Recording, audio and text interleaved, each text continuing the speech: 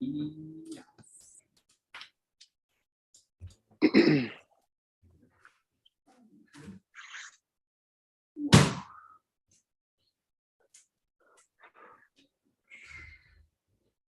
Great.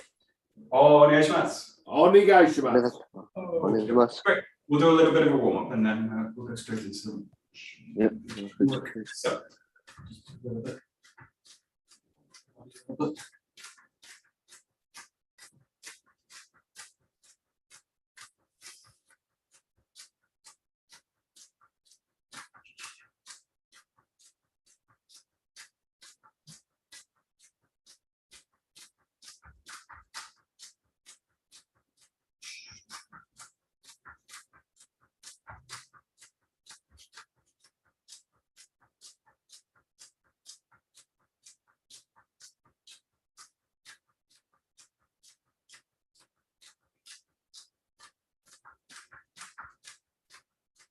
A little bit with the fist, so just making nice tight fists as you do it.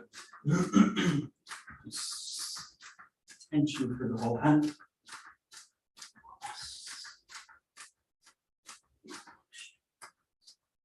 Couple of seconds holding.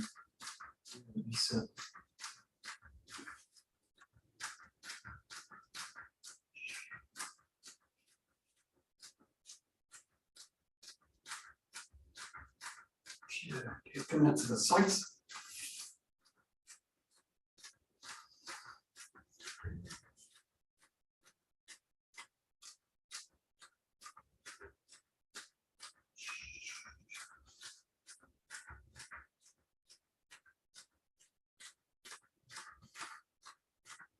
And to the top.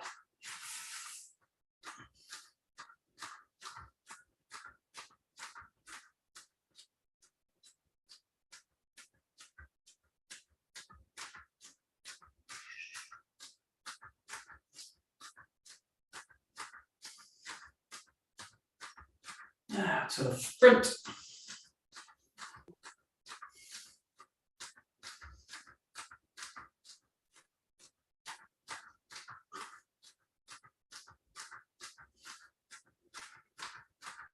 And just down, just hold them. Start to bring the toes into the ground. Heels straight down. Just keep the fist nice and full. Nice and tight. Especially release at the shoulders. A little bit of motion in the elbow.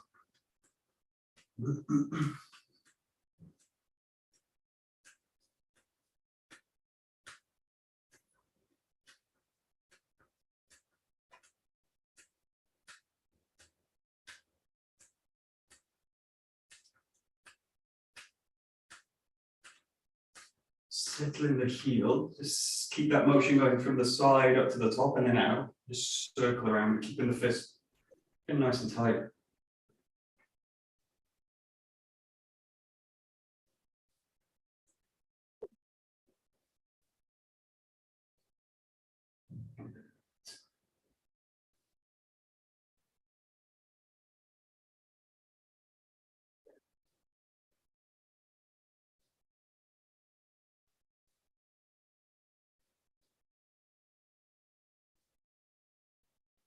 Let the fist just come across the body. One gently taking the shoulder, and the other just on the upper ribs. Nice and light contact.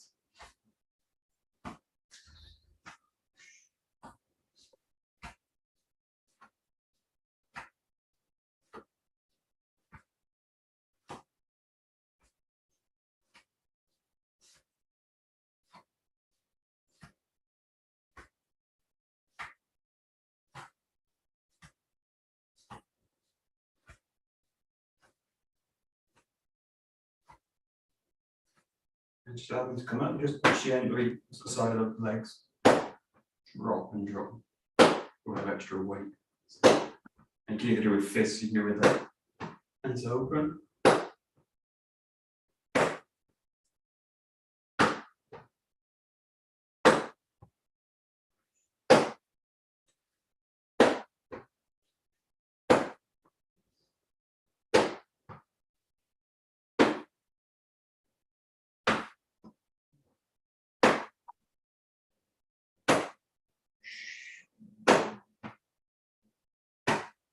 Okay, and in the center, keep the fists out, and then just take the elbows back.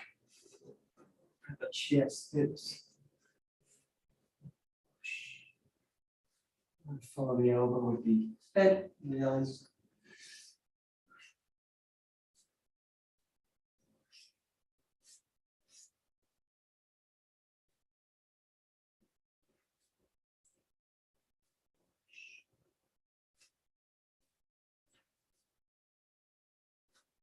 Allow the arm to extend out to the back with the fist.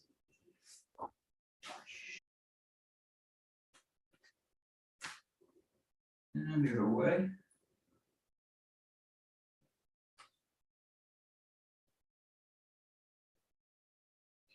Just start to release the fist. Take the thumb away, wiggle it out. Index finger, middle finger, ring finger, little finger, just wiggle them all out. Let the hands a little bit.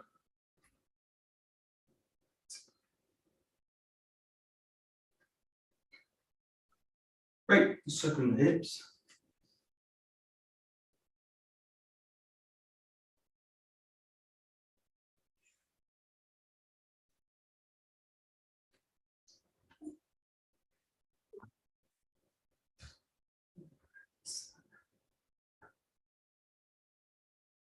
And changing direction.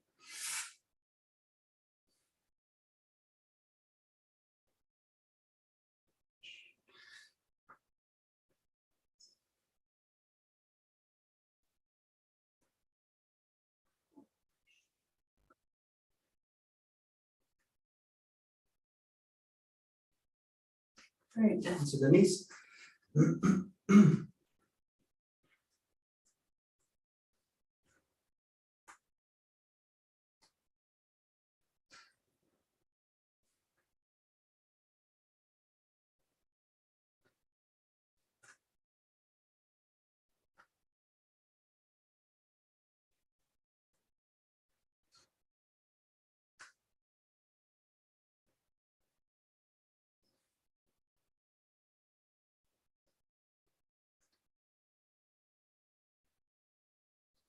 Coming down, bring the knees down.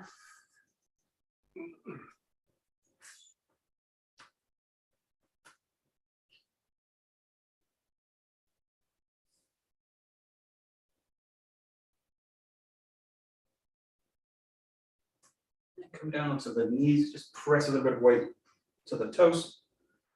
Sink and settle back into it.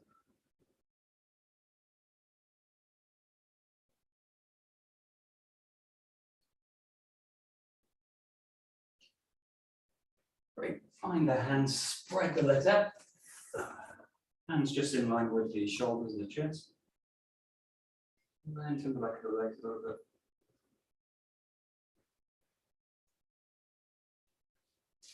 And just play with your walking out into a kind of long plank and then walking back a couple of times. Walking all the way out. Walking all the way back.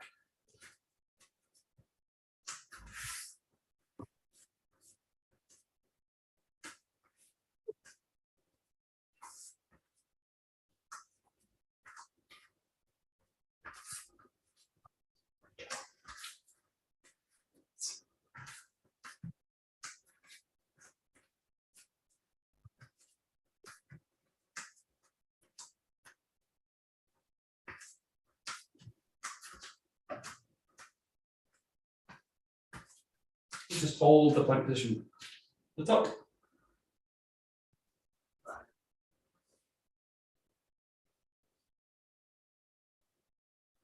Bring the feet together at the back. Press a little bit into the hands. Walk out the feet at the back.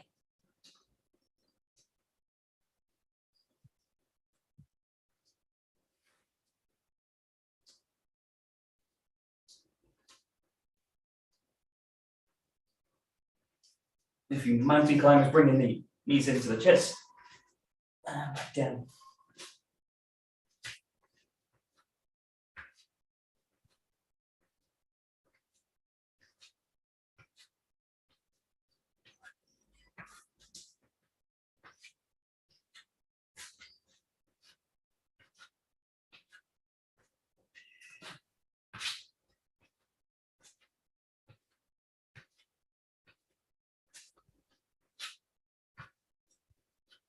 Good. Bring the knees down. Release the hips back. Press into the shoulders.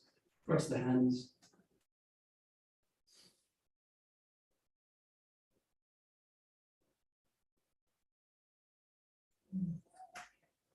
Now, just bring one leg forwards and just rock into the hip. Move the leg up long.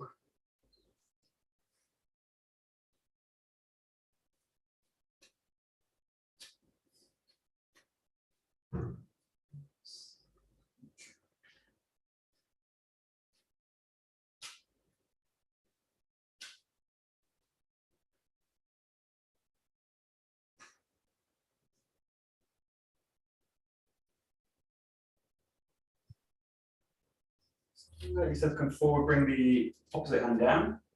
Just lengthen up a few times with the hands at the top. Reach down, touch the ground. Reach up to the ceiling.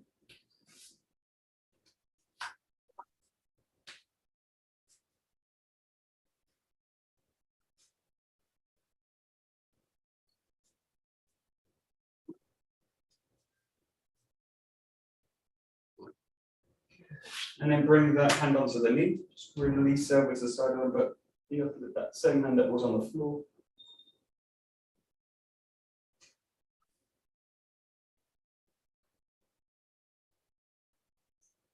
Nice and slowly coming back. Change the leg. And just rocking through the hip.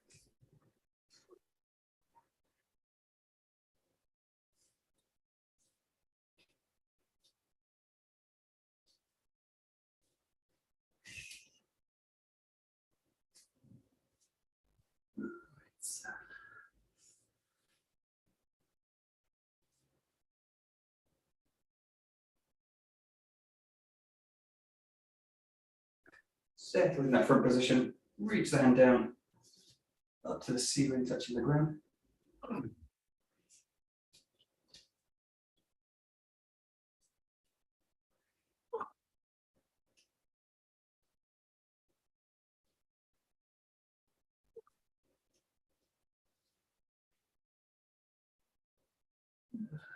Hand to the knee, reach over with the hand.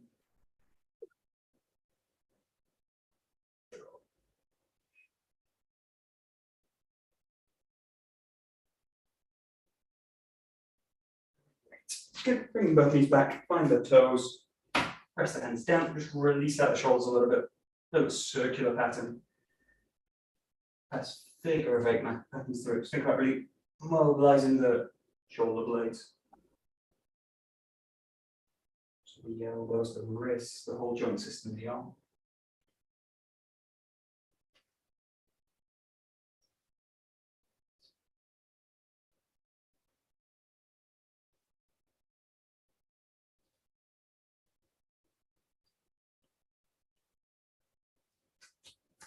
And then just like to rock the hips through, and pull them back, nice and easy. Lengthen through. So just kind of rocking the hips forward, lengthen the whole body.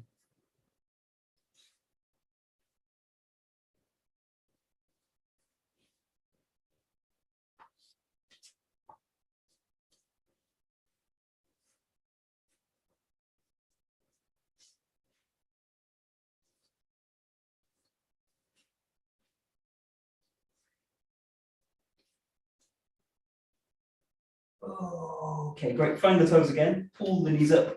Lengthen the hips up. Press into the hands. Pull yourself up into an eighth row.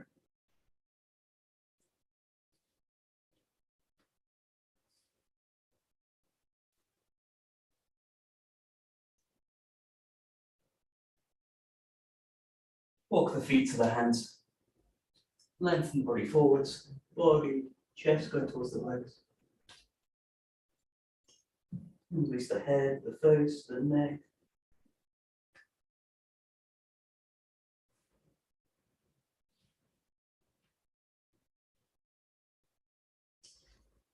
Nice and slowly coming up to standing. Good. Now just to finish with a few swings through. So just really release the whole body out, let the head really swing with it as well. All the way up. Again, that's full range of motion, also in the shoulders. Let them come back a little bit. All the way, just drop in between the feet.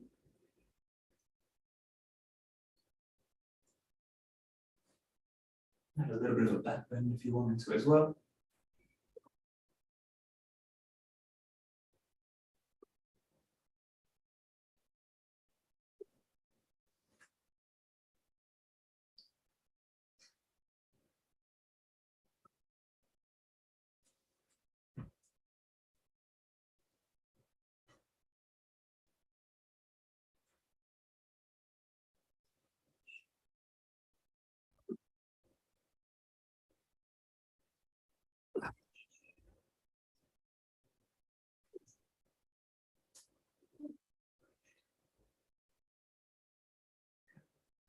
Good. And then just add a little bit of tension to it. Find a point on the wall with it. Just bring the hands up into a kind of a crab position up at the top. Press them a little bit together so you get a little bit of tension through the body. And then keep that same sense of dropping through. Just land the hands down. So a little bit like a kind of chopping motion. Just reset, allows it to align everything to either a kind of line in the wall, door frame, something nice and vertical. And now the eyes settle somewhere on the kind of horizon line.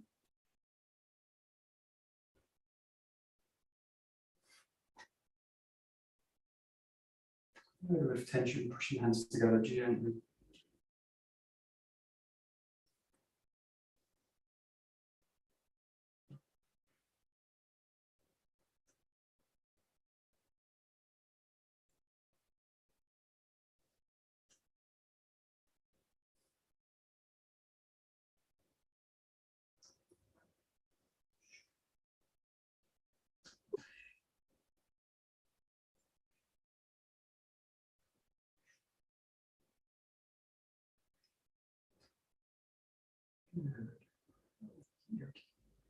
Great, just loosen out just a little bit. Any way you like.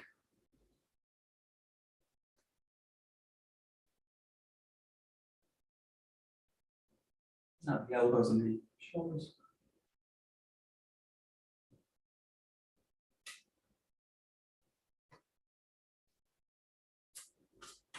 The legs.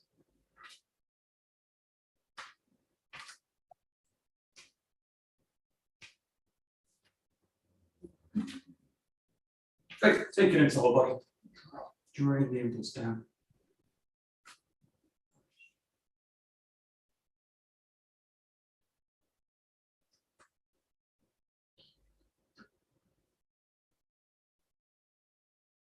Just try and condense it, make it smaller and smaller.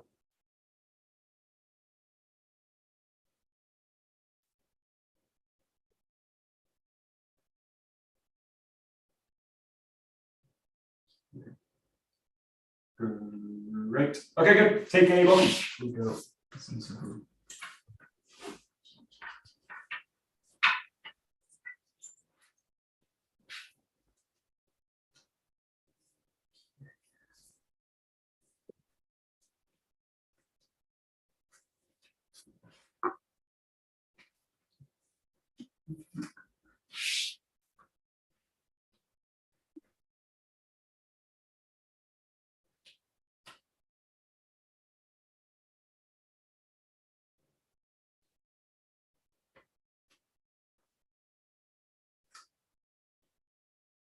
Right. Okay, good. We'll just go from just into Kamae. Just take it straight into the first 𝘱𝑗𝑔𝑢𝑟𝑖. Settle into the cut each time.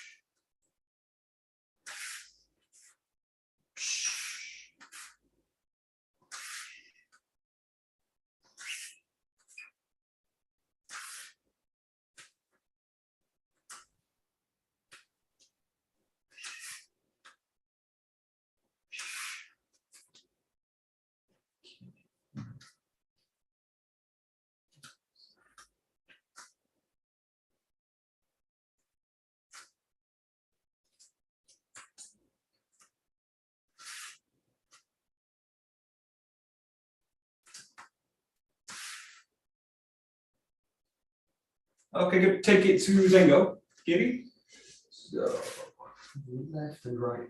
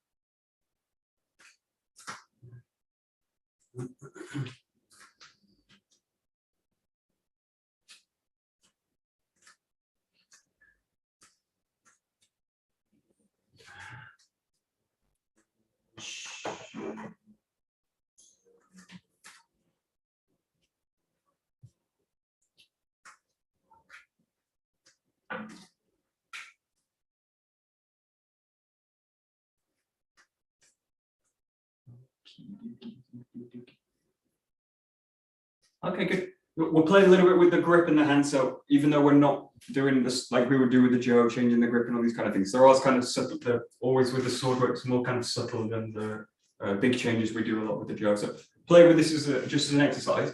Go to the Zengo, but play with just one hand creating the motion. So you can choose one hand to do it at any time. You can go to carry the sword over one hand, and then you can choose or you can change that. You can stick with the same hand, or you can twist and change the hand and do it.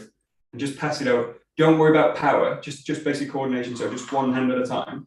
Release it and go with it. And just check the connection with both hands. And feel which one, the main thing is feel which arm feels easier for the motion to happen. So play with both hands. Both hands, both arms. And just notice, or try and feel which one feels easier on either side as well. So we might be different on each side.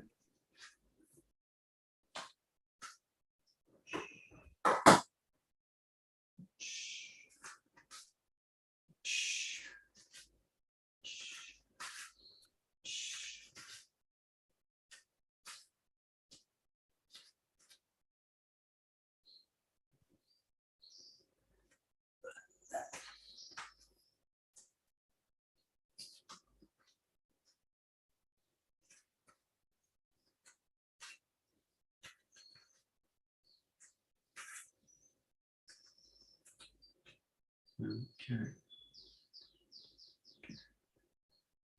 Yeah. So when you do it, awkward's probably the better word. Which side do you feel is more awkward when you do it? Is it right? Yeah. This one. This one. The left one. Left one. Okay. Well, I find for me, it certainly changes each side. So I think about, for me, I think the outside, if the outside arm's holding the sword, I'm trying to do that. This is much more awkward for the body. Kind of draw the sword over. So to catch that underneath is really difficult. Whereas if this hand's holding it, it's much easier to draw into the body this way. So, and on the other side, if I'm changing over to the right side, again, the outside hand's difficult to kind of awkward to control it. And the inside hand, in a sense, is easier because it's just kind of, it's connected to this much stronger.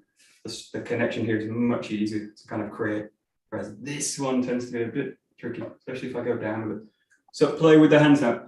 There's no kind of set thing with this, but it's really to the extent that I can make the movement comfortable. generally when I'm releasing towards the left, the right hand's going to release a little bit more, because if it controls too much, it's going to start to twist the structure through. So when you think about cutting to the left, think about the left hand staying nice and full and the right hand releasing more, and the opposite. As you go to cut onto the right side, let the right hand take a little bit more of the movement and the left hand allow it to release. Otherwise, again, it's going to start to want to twist the structure open. So the main thing, regardless of actually what happens in hands, is what happens through the structure, and whether the structure gets kind of skewed out or twisted out. And I basically really don't want that to happen. Yeah.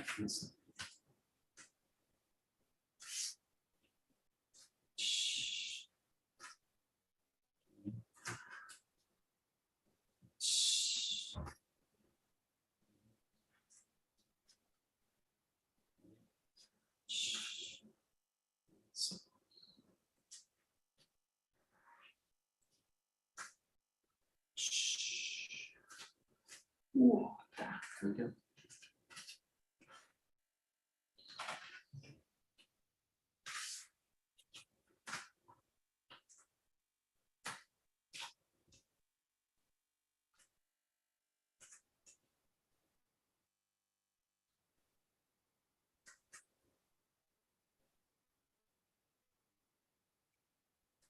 Oh, yeah, keep it. Work a little bit on Yokumen. So most of the movements we're doing in the 𝘗𝑦𝘠𝗏𝗧, actually, they're all Yokumen based. So there's a few kind of instances where we're kind of doing a showman attack or something like this when it's clear. But generally, all the movements are based on this kind of 𝘥𝘰𝑦𝘪𝑗𝑢𝑐 work. So all the attacks and most of the blocking work tends to be on that line. Just play a little bit with this. So just an exercise. Don't go to the full kind of coming up to the top of the head. Just play with rolling the connection with the hip. So you can keep the feet as they are, or you can slightly adjust them. But just play with just first getting this feeling at the hip, and the hands basically speak to each other. So kind of rolling through. Keep a kind of soft grip, because you're not really worried about applying power or striking. Just think about that kind of connection, and the main thing is that the hip, feeling that the hip actually starts to open the movement out. So basically try and make the grip as soft as possible, and really try and emphasize the connection through the hips, down the hands and into the sword. So no real right or wrong way to do it. It's just a matter of getting the feeling.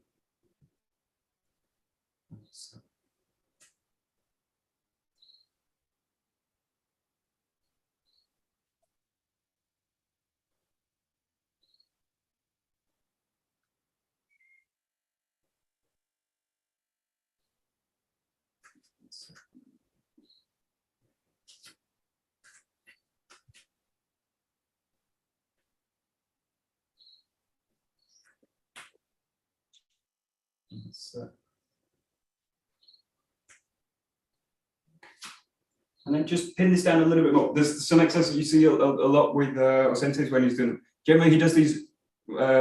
Sometimes you'll see him do them with the sword, but sometimes you see him. He had this little short spear that he kind of travels with a lot. So he did all these kind of, especially when you see him doing these kind of ritual purification kind of exercises. You see him do these kind of coiling, winding movements with the bokken. Just play with this. He's doing them a lot of the time into the sky. You can play on that level. It's also interesting to kind of play with at this level as well. So just play with the first level in this. Actually, the first one to play with, in a way, is doing it wrong. Do it first, lock the body, and do it with the arms. So I do the motion just with the arms. Now I feel this is very light and it's very flimsy. So it's like there's nothing really in it. There's really no power. It's fast. And it's there, and it looks like a kind of helicopter blade if I do it fast enough. But it gets very, very, very fast, very easy. And it's actually very light. So that if I do this movement, so it's like spotting a fly, really there's nothing in it. So the first level is I just get that movement out of the arm. So I get them stop doing it. And then the third one, the second level here is play with the arms are just kind of relaxed, loose. And then just play with the hips. So first with this, it's a bit like I'm kind of pinning the arms into the body, so I can kind of squeeze them into the body a little bit, and just play with the hips actually create it. So the arms are actually doing nothing at this moment, and it's just getting the feel for. If I would you can also lock the arms out as well. That's also another way to do this, and just feel that the hips are able to mobilize, and still pass the movement through. So that the arms can be totally locked, dead, or braced. And the hips, yeah, and this is the problem. The hips can do a lot, and there's a lot of movement, and there's a lot of disconnection in terms of bad structure, or not ideal structure. So they can do a lot of motion, obviously, if I just let the hips go. So just wind that in, but just allow the hips to really kind of mobilize. And they can do a lot, the hips can really disengage from the body, or from the arms in this case. And then just work towards a feeling where the arms are actually really attached to the hip, and then they really kind of move together. And then just look at, you probably want to slightly condense the movement, contain it a little bit, and feel that the hips and the hands, even though the arms are locked onto the body, that they're still able to pass movement through. So you can do kind of rocking motions, do kind of pulsing motions. The main thing I want to think about with this exercise is also think about the center line of the body, basically pressing into the middle point between the two hands. So if you think about the center line, or the center of the body basically pressing in this kind of space and distributing the movement equally to both hands. So not kind of pressing into you sometimes get this kind of posture where the center's kind of pressing into the left hand and then the right hand's just kind of following, guiding it.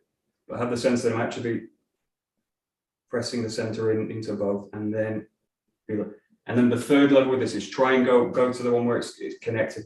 So the arms are doing something. It's not that they're kind of locked onto the body. They're allowed to kind of move, but I want the hips to basically be the director for it. So it's not that the arms can't go anywhere, and it's not that they're locked up. They're free to move, but they're only free to move as much as the hip guides them.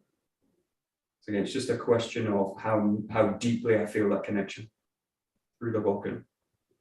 And it might help playing with two things, either being very loose, very light with the grip, and just feeling the kind of weight and that it kind of sits into the hands in the grip. And the other extreme is feeling that you can really kind of grip strongly, almost lock out the arms, or feel that you've got really kind of a tension in them. And work between these two extremes and try and find that kind of middle place where it feels a sort secure in the grip, but it's not kind of locked up. And then again, that feeling that I can just kind of roll that contact through. And then once you've got a feel for it, just play with a little bit, starting to release it. And then once you've got the feeling in the hip, feel you can also release the feet as well. So play with rolling the feet, rolling the hips. And in that feeling that the hips, the feet direct it. You can obviously think about coming into your coming kind of movements. So the kind of blocking back movements or the finishing movements. Just start to feel that the arms do progressively less and less, and they're just kind of receiving and transmitting the movement of the hip as much as I can, basically.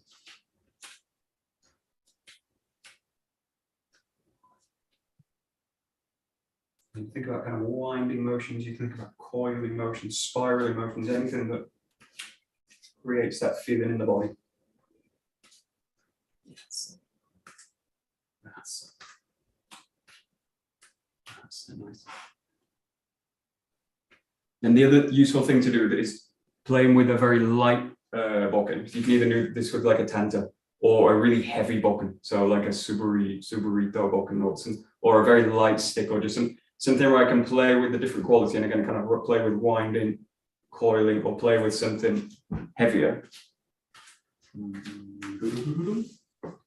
Play with a heavier bokken or something like this, so that you can get a little bit different levels of feedback basically on my ability to do it, and basically whether I'm kind of bracing and holding the structure, or whether I'm actually receiving the weight into the body and able to try and roll it a little bit. And then once you've got used to it, you start to play with different movements, different levels of extension into the body, away from the body. Also a good one to play with is doing it one-handed as well. So play with, if you've not got another bokken or another lighter or a different weight, it's also nice to play with just one-handed. And just notice the structure as you do it, especially the shoulder, the relationship from the arms to the hips, And the feet, obviously, all these kind of connection points. Yes.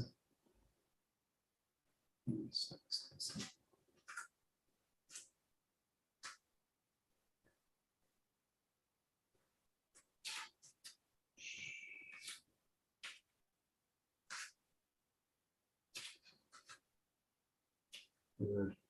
Okay, great. Play with your comment now, but really with the feeling you're gonna give the strike, or you're gonna kind of slice through it, and just really focus on the weight of the body. So again, that motion kind of kickstarts it, and now the feeling as you step through, you're just landing the weight in, and as calm as you can be with it. So full intention to kind of cut through, but I'm just releasing the arms and the structure in the hand and the arms. You can let the sword come to one side. That's easier. And just really think, this is very easy to do, especially because it's slow. It's very easy to do when it's kind of sloppy. And but do it really with the full intention to strike. So my feeling is really to slice and cut through. Just give the strike up. So it's that feeling of really cutting with the whole body. What? Oh, sorry. No, do it. My name is. Because I always work with. I always train with a silent microphone. So sorry. Do it.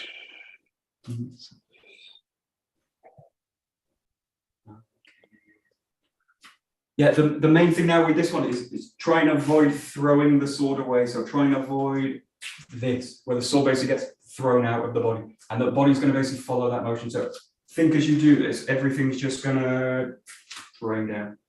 So it's like just before I initiate the weight down, where I would press weight through the sword, I just drain it down into the whole structure. So I'm letting the whole weight that would go in through the tip of the weapon just stay in the body basically.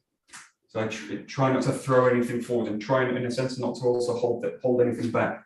Everything goes into it. It's just that you're allowing the art to fully ground down while settle down. And play with different movements. You can also do backwards as well if you like. It's the same idea. Settling the weight. And not letting the sword disturb the posture on the way.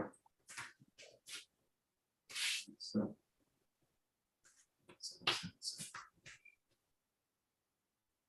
Yeah, good.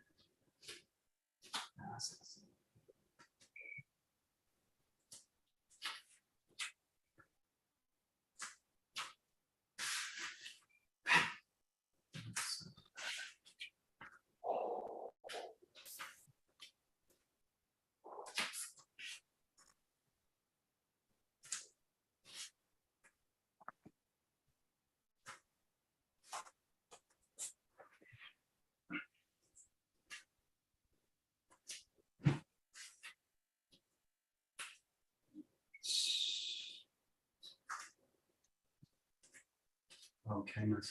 Now, allow yourself to settle the strike. Allow yourself to settle the strike into it, but don't do it without, just do it with weight. So the feeling just of weight draining down, and I'm trying to balance that out with the sword. So the body has all the weight, and I want to transmit it into the sword as well. So the feeling just placing the cut down, but with all the weight of the body. And again, it can't be sloppy. It needs to be really precise, and really that feeling that the bokken's really linked into the weight of the body. So.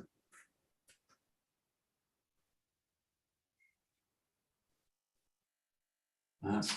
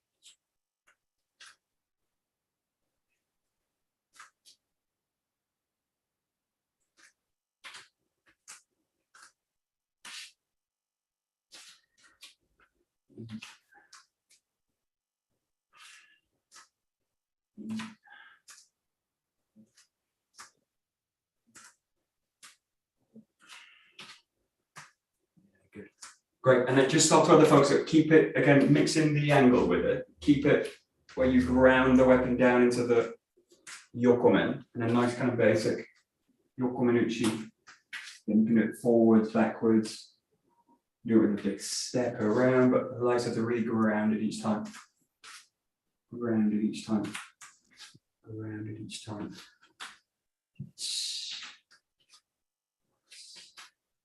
Yeah. So.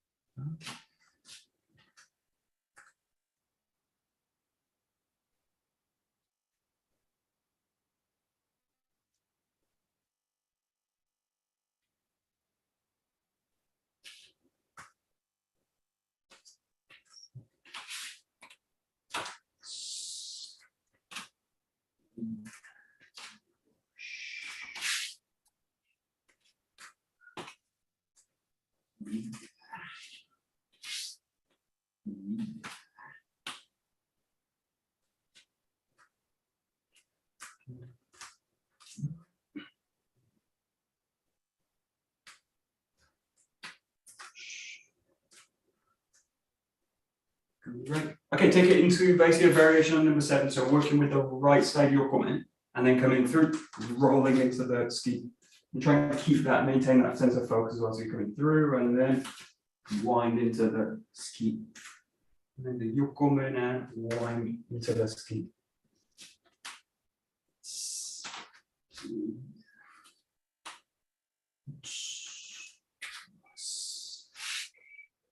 Yeah.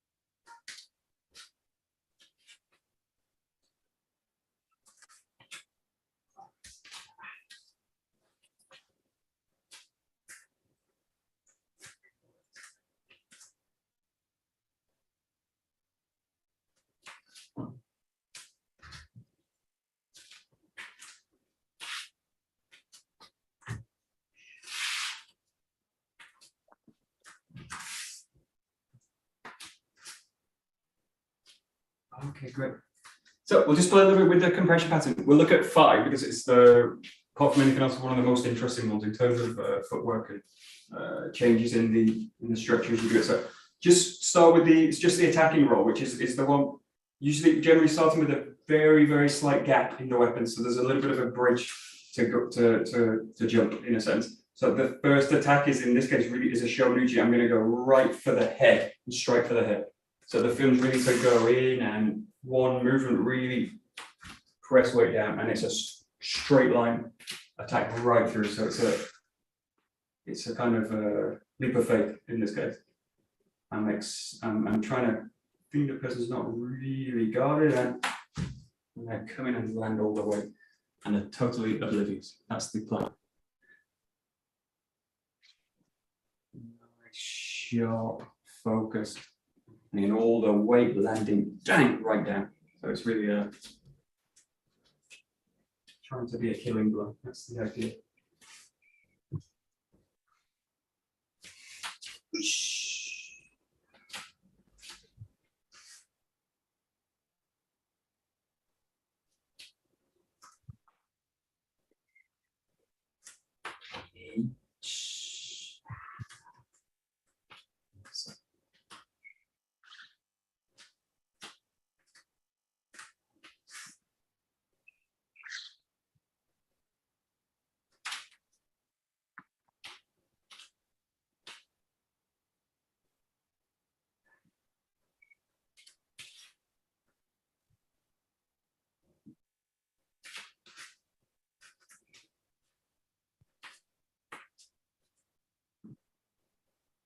Okay, great. We'll look at the other side of that, just to get the mechanics, and then we'll do one exercise with it that's quite interesting to play with. So you're going to do now the response with it. So imagine you've got that person again, you've got a little bit of a gap in the connection, and the person's basically jumping straight in and going for the head. So I can obviously like stay on the line and try and defend or something like that, but the form in this case, I go off to the side and I'm aiming to cut to the back of the head. This one. It's a little bit of a kind of katana kind of work, Shinken work, where I'm coming off to the side and I'm really looking to hit the back or slice through the back of the head. So later I've applied a little bit, sometimes a little bit shallower, and basically going for a 𝘥𝘢𝘦𝘢𝘵. So you can think about either of those as a kind of option. The bigger the movement, the better in some cases, because it's really teaching a flexible movement pattern that you don't find in the other kumitachi. Basically really coming off the line and trying to get to the back of the person. So kind of classic eating kind of movement. Person's coming in, I allow them in, I go to the back.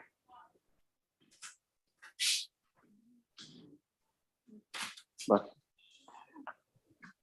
Yeah.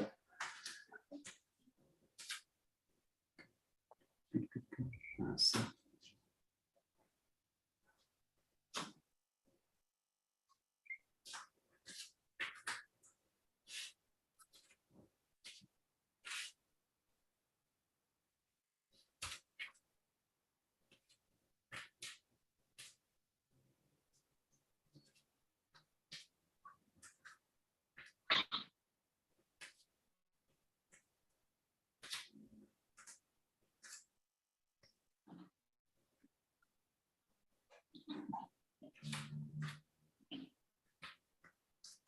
Okay, we'll do this. Well, I was going to do. Let's do the next. You can actually, if you're doing this, the best place to do this was Montreal in the dojo with the dogs. They go, wah! You get all these dogs blocking the dojo. So stand in the dojo and wait for a woof and a run, and then I try and blend with that. You can do that in your environment also. I've got a bell actually, so we'll try it like this. This is a good exercise. Let's try it like this. I'm going to try and hide it. So you can hear this bell, right? You hear the bell? All right. Yeah, yeah. So just take Kamai, yeah, and just wait. I'm going to try. Let's try and hide it, and just do it to the bell. So when you hear it, you go. So we'll do some fake ones.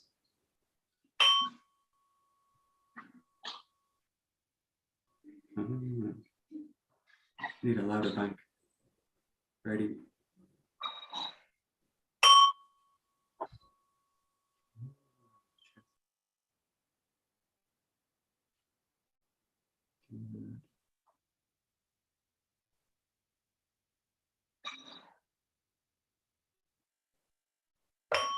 That was quiet. Sorry.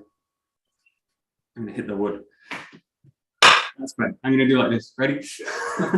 Wait. It's getting a louder one.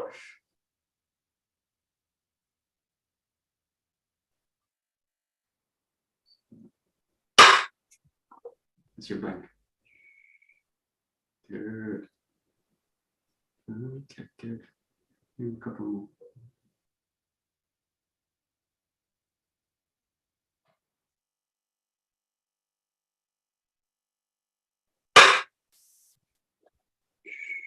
Set.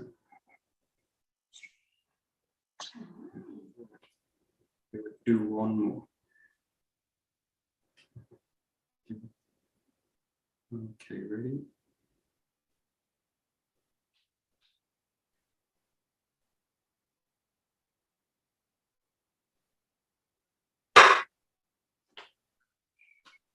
Yeah, nice.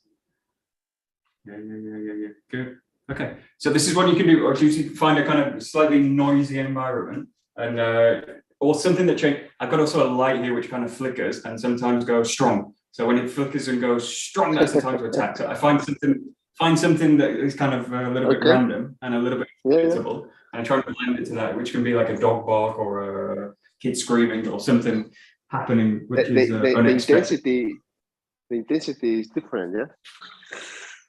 Yeah, and it's such a different. Also, it takes. I mean, if you're looking at a 𝘰𝘬𝘴, I mean, this is where you can do a 𝘰𝘬𝘴 work on your own, but I need an outside influence, basically. I need someone to either. I need a focal point which is not under my control to blend with, because otherwise I'm just practicing movement in a sense, which is fine. Like that's where a lot of the stuff we do is fine. And then the 𝘰𝘬𝘴 work is actually, can I do it with a little bit of, I mean, this is a little bit of pressure, right? It's just like a noise. But even when I have a little bit of pressure, or when some people do it on Zoom, like attacking the screen or something like this, you still get the feeling like, oh shit, someone's attacking you.